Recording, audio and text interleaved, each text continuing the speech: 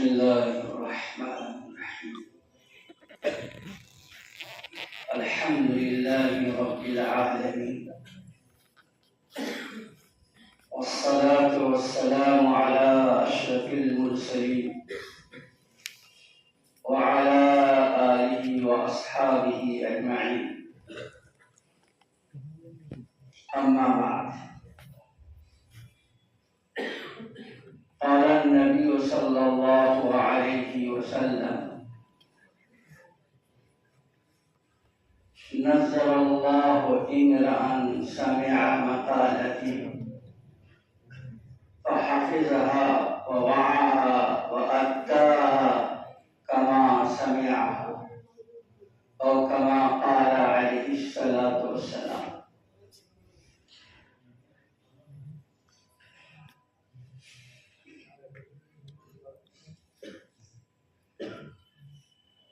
حضرات علماء کرام،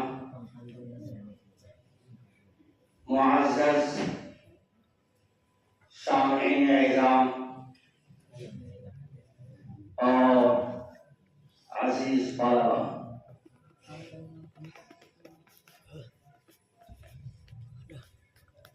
ہمارے بہت سے مہمان دور دراز سے ٹھنڈک کو برداشت کر کے یہاں تشریف لائے ہیں. مقصد ہے کہ بخاری شریف کی آخری حدیث کا درس سنیں اور پھر اس مجلس کی برکت سے مستفیض ہوں. یاد رکھیے، حدیث کو سننے کے لیے سفر کرنا یہ ایک عبادت ہے. صحابہ کرام کی سنت ہے. حضرت جابر رضی اللہ تعالی عنہ نے ایک حدیث کو سننے کے لیے مدینہ پاک سے مصر کا سفر کیا اور 1 مہینے تک سفر کرتے رہے اور پھر مصر پہنچ کر وہاں حدیث کو انہوں نے سنا حضرت مسلمہ رضی اللہ تعالی عنہ سے. تو یہ صحابی کی سنت ہے، صحابہ کی سنت ہے. آپ کا آنا اللہ قبول کرے. میں نے ابھی آپ کے سامنے ایک حدیث پاک کو پڑھا ہے. اس حدیث میں نبی کریم صلی اللہ علیہ وسلم دعا دے رہے ہیں اور نبی کی دعا کبھی رد نہیں ہوتی. اور جب سید الانبیاء دعا دے رہے ہوں، اشرف الانبیاء دعا دے رہے ہوں، تو بھلا ان کی دعا کیسے رد ہو جائے؟ کیا دعا دی؟ فرمایا رسول اللہ صلی اللہ علیہ وسلم نے، اللہ سرسبز شاداب رکھے، خوشحال رکھے. اللہ خوشحالی سے نوازے اس شخص کو جو میری حدیث کو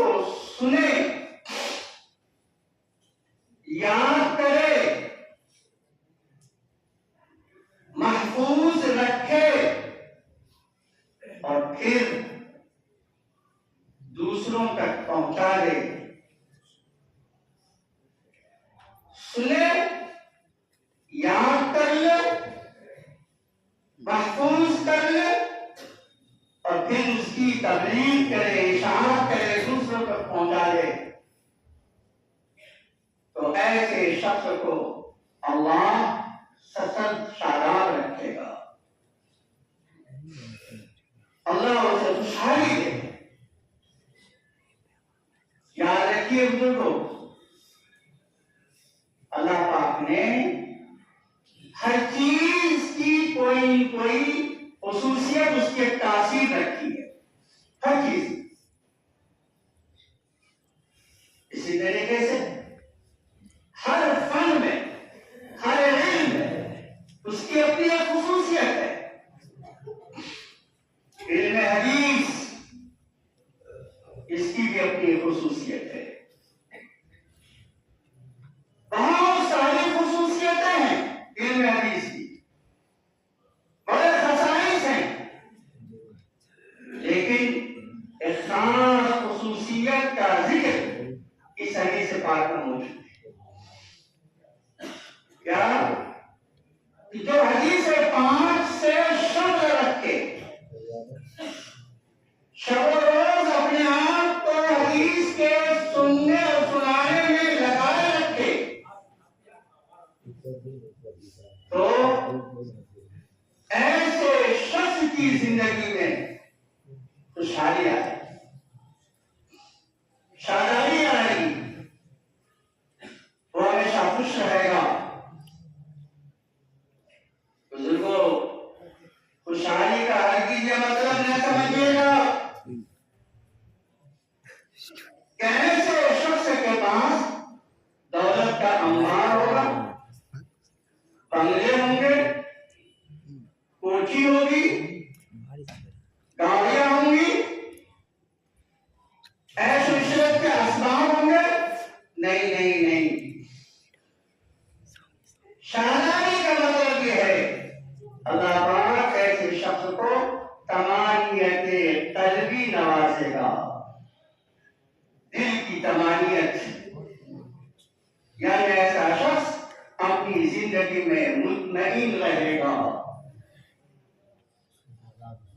آپ دیکھیں بزرگوں کو، اسلاف کو دیکھیے، ان کے پاس ہمارے پاس بزرگ ایسے بھی گزرے ہیں کہ ڈھنگ کا مکان بھی نہیں تھا سر چھپانے کے لیے، لیکن دنیا ان کے پیچھے پیچھے دوڑ رہی تھی، دنیا ان کے قدموں کو چوم رہی تھی۔ کیوں؟ اس لیے کہ اللہ نے انہیں تمانیت عطا فرمائی تھی، اللہ نے انہیں ایک بشاشت دی تھی، ایک خوشحالی جو روحانی خوشحالی ہوتی ہے اللہ نے عطا کی۔ یہ حدیث پاک کی ایک بڑی تاثیر اور ایک بڑی خصوصیت جس کے متعلق نبی کریم صلی اللہ علیہ وسلم نے دعا کی ہے۔ اسی لیے کہا جاتا ہے حدیث پاک سے شغف رکھنے والا اگر وہ سچا طالب ہے، سچی طرف اس کے اندر ہے، تو اس کے چہرے پہ رونق بھی ہوگی۔ اسی حدیث کی شرح کرتے ہوئے علماء لکھتے ہیں وَمَا مِن رَجُلٍ يَطْلُبُ الْحَدِيثَ إِلَّا كَانَ عَلَى وَجْهِهِ نَظْرَةٌ، جو حدیث پاک کا سچا طالب ہوگا اس کے چہرے پہ ایک تازگی ہوگی۔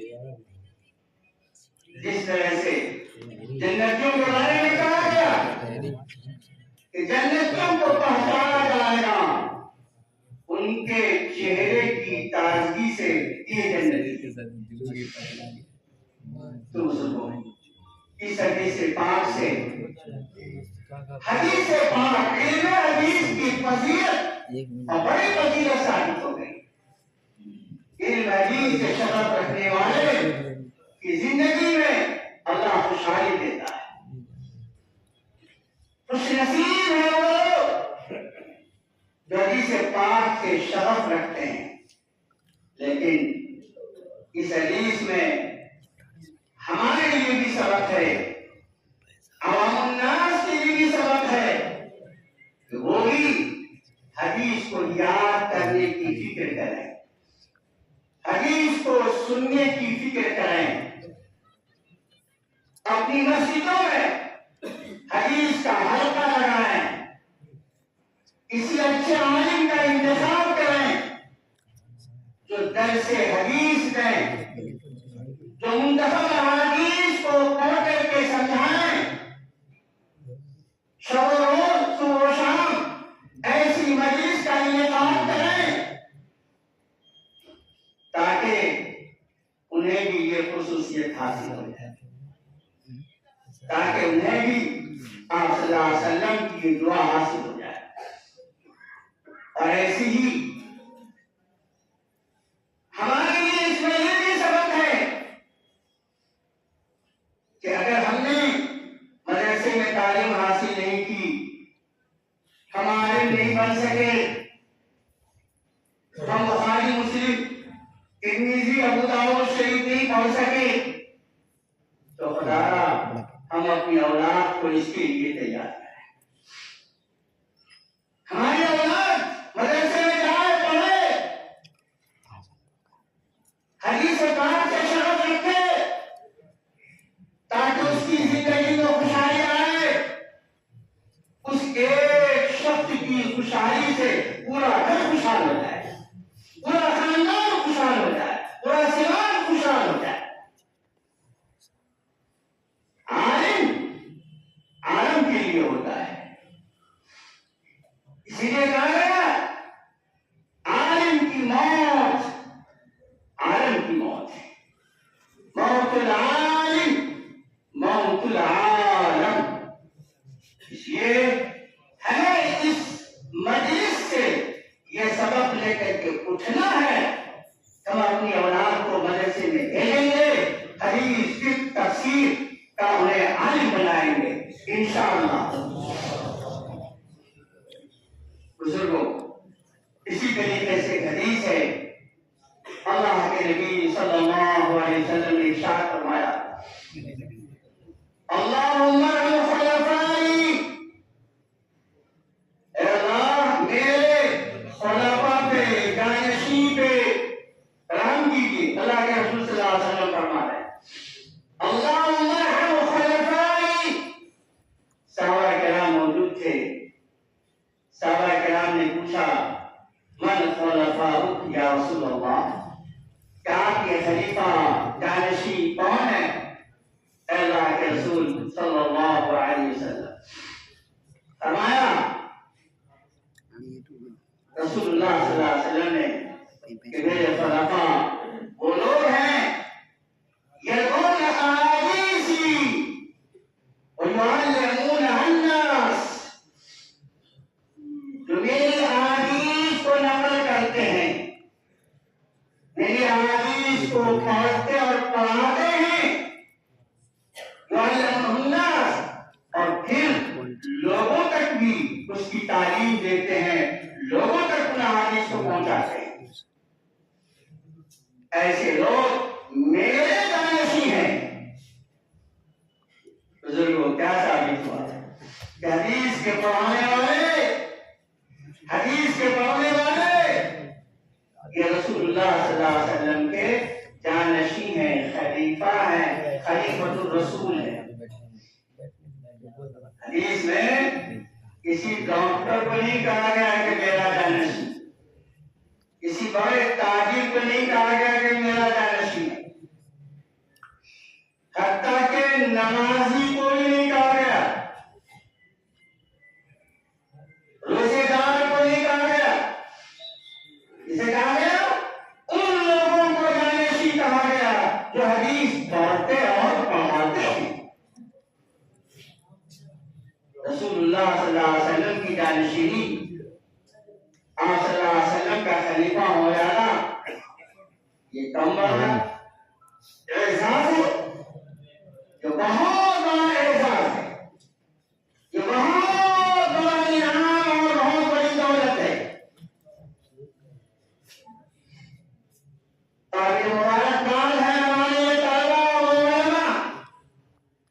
تو حدیث پاک کو پڑھتے اور پڑھاتے ہیں، لیکن اس حدیث سے بھی دوسرے لوگوں کے لیے اس میں نصیحت موجود ہے کہ وہ بھی ایسی فکر کریں کہ حدیث کے پڑھنے اور پڑھانے والے ہو جائیں، اور کم از کم یہ تو فکر کر ہی لیں ہم اپنے اولاد کو عالم بنائیں گے، ہم اپنے گاؤں سماج میں ایسا علماء پیدا کریں گے جو حدیث کا درس دیں گے۔ یہ تو اس سے سبق مل ہی رہا ہے، اس لیے ضرورت اس بات کی ہے کہ ہم اس حدیث علم حدیث کی اہمیت اور فضیلت کو اپنے دلوں میں بٹھاتے ہوئے اس کو بروئے کار لانے کی کوشش کریں، اپنے سماج اور معاشرے میں بھی ایسا ماحول، اپنی مساجد میں، اپنے گھروں میں ایسا ماحول پیدا کریں تو وہاں کی درس حدیث ہو۔ آپ نے نام سنا ہوگا خلیفہ منصور کا، بہت بڑا خلیفہ گزرا ہے، بہت ہی بااقتدار خلیفہ تھا، عیش و عشرت کے بڑے اسباب تھے، لیکن بہت دیندار بھی تھا، بہت دیندار۔ ایک دفعہ ان کے وزراء نے، مقربین نے، حواریین نے پوچھا، حضور آپ کی کیا کوئی ایسی خواہش ہے، آرزو جو رہ گئی ہو اور پوری نہیں ہوئی ہو؟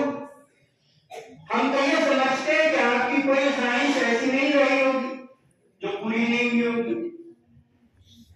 خلیفہ منصور نے کہا، ہاں بھائی ہاں، ایک خواہش ہے، ایک آرزو ہے جو اب تک پوری نہیں ہوئی ہے۔ وزراء نے کہا، مقربین نے کہا کہ حضور وہ کون سی خواہش ہے؟ بتایا، خواہش یہ ہے کہ میں ایک کمرے میں رہتا، وہاں طلبہ حدیث ہوتے، حدیث کے پڑھنے والے طلبہ ہوتے، طالبین حدیث، اور میں حدیث ان کو سناتا اور وہ حدیث کو لکھتے، اور انہی میں سے کوئی یہ پوچھتا کہ آپ نے ابھی کس راوی کا نام لیا ہے، ابھی آپ نے کون سی سند بیان کی ہے، پھر سے آپ بیان کر دیجیے، تو میں چاہتا حدثنا فلان قال حدثنا فلان الى آخری، پھر آخری میں کہا ہے کہ میں یہ چاہتا قال رسول اللہ صلی اللہ علیہ وسلم، مجھ سے وہ پوچھتے میں ان کو سند بتاتا، مجھ سے پوچھتے راوی کا نام، میں ان کو راوی کا نام بتاتا۔ یہ خواہش میری اب تک پوری نہیں ہوئی ہے۔ وزراء نے کہا کہ یہ خواہش تو اس کو ہم پورا کر دیں گے، اس کو ہم پورا کر دیں گے۔ کرو کر کے وزراء نے اور وزراء کے لوگوں نے، ان کی اولاد نے، حواریین نے، مقربین نے، سبوں نے ایک کمرے میں قلم کاغذ کاپی لے کر کے سب جمع ہو گئے، اکٹھا ہو گئے۔ بادشاہ کو سے گزارش کی کہ آپ تشریف لائیں، آپ حدیث سنائیں، ہم لوگ حدیث لکھیں گے، ہمیں تعلیم حدیث درخواست کی۔ تو بادشاہ آئے اور دیکھا کہ موجود ہے۔ اچھا، وہ بادشاہ کے خلیفہ منصور ایسا نہیں تھا کہ کچھ حدیثیں یاد نہیں تھی، حدیثیں یاد تھی، اور دیندار بادشاہ، کچھ حدیثیں سند کے ساتھ وہ سنا سکتے۔ آئے دیکھا کہ بیٹھے ہوئے ہیں، قلم کاغذ لے کے کاغذ لے کے بیٹھے ہوئے ہیں، بیٹھے اور بیٹھ کر کے مسکرانے لگے، ہنسنے لگے۔ خلیفہ منصور اور یوں فرمایا، یوں کہا، میاں کہاں طلبہ حدیث، طالبین حدیث، اور کہاں تم؟ طالبین حدیث میں اور تم میں تو کوئی نسبت ہی نہیں ہے۔ طالبین حدیث وہ کہ جن کے کپڑے علمی انہماک، علمی مشغولی کی وجہ سے، حدیث کی شرف کی وجہ سے کپڑے ان کے میلے ہوتے ہیں، گندے ہوتے ہیں، تمہارے کپڑے تو بڑے نفیس ہیں۔ طالب حدیث تو وہ ہوتے ہیں جن کے بال پراگندہ ہوتے ہیں، طالب حدیث تو وہ ہوتے ہیں کہ جن کے پیر جہاں پیدل چلنے کے لیے سب پھٹ جاتے ہیں، پیروں میں شتاب پڑ جاتا ہے، چہرے میں تیل نہیں ہوتا، ان کے بالوں میں تیل نہیں ہوتا ہے، بولتے طالب حدیث تم تو وزراء ہو، تم تو وزراء کے لڑکے ہو، کیا نسبت تمہاری طالب حدیث سے؟ کوئی نسبت نہیں ہے۔ اور آج کیا ہوا، انہوں نے بتا دیا اپنے عمل سے کہ جو طالب حدیث ہوتے ہیں، طالب حدیث ہوتے ہیں، ان کا بہت اونچا مقام ہوتا ہے، بہت اونچا مقام ہوتا ہے۔ اس لیے عزیز طلبہ، آپ اپنے مقام کو پہچانیے، اپنے رتبے کو پہچانیے، اور پھر اخیر میں اپنی طلبہ سے کہوں گا کہ آپ پانی بول رہے ہیں، یہ نہ سمجھیے گا کہ ہم عالم بن گئے، ہم قاضی بن گئے، نہیں، آپ اب حقیقی طور پر اب عالم بنیں گے۔ آپ کو ایک راستہ بتلا دیا گیا ہے، چلنے کا ایک طریقہ بتا دیا گیا ہے، اس راستے میں جب آپ چلیں گے اور اپنے مقصد کو سامنے رکھیں گے، اب آپ عالم حقیقی بنیں گے۔ یعنی جو انبیاء کی تعلیم ہے، جو نبی کریم صلی اللہ علیہ وسلم کی میراث ہے، اس کو زندگی میں اپنانا ہے۔ تلاوت کتاب، تعلیم کتاب، تعلیم حکمت اور تزکیہ نفوس، اس کو مقصد بنانا ہے اور پوری زندگی اس کو مقصد بنا کے رکھنا ہے، اور پھر اپنے آپ کو اس مقصد میں مشغول اور مصروف کر کے رکھنا ہے، تو اب جا کر کے عالم حقیقی بنیں گے۔ ابھی تو آپ کو راستہ بتا دیا گیا، چلنے کا طریقہ بتا دیا گیا، چابی آپ کو دے دی گئی ہے کتب خانے کی، یہ چابی ہے کتب خانہ کھولو، کتب خانے میں بیٹھو اور مطالعہ کرو، ریسرچ کرو۔ اس لیے آپ اپنے آپ کو عالم نہ سمجھیے گا، بلکہ اپنے آپ کو طالب علم سمجھیے اور پوری زندگی اپنے آپ کو طالب علم سمجھیے۔ مطلب العلم من المهد الى اللحد کو ذہن میں رکھیے، ماں کی گود سے لے کر کے گود تک یعنی قبر تک آپ نے سیکھنا ہے۔ اگر یہ ذہن رہے گا تو انشاءاللہ آپ کامیاب ہوں گے۔ اخیر میں حضرت حسن بصری کا ایک قول، علم دو ہے، ایک علم وہ ہوتا ہے علم فی القلب، جو دل میں اتر جاتا ہے، یہ علم نافع ہے، اور دوسرا علم ہوتا ہے علم علی اللسان، زبان پر علم رہتا ہے۔ فرمایا گیا کہ یہ علم حجت ہے ابن آدم کے خلاف، اس لیے کوشش یہ کیجیے کہ جو آپ نے علم سیکھا ہے اور جو سیکھیں گے وہ آپ کے ہمارے دلوں میں اتر جائے۔ اللہ تعالی ہمیں کہنے سننے سے زیادہ عمل کی توفیق نصیب فرمائے، وما توفیق الا باللہ۔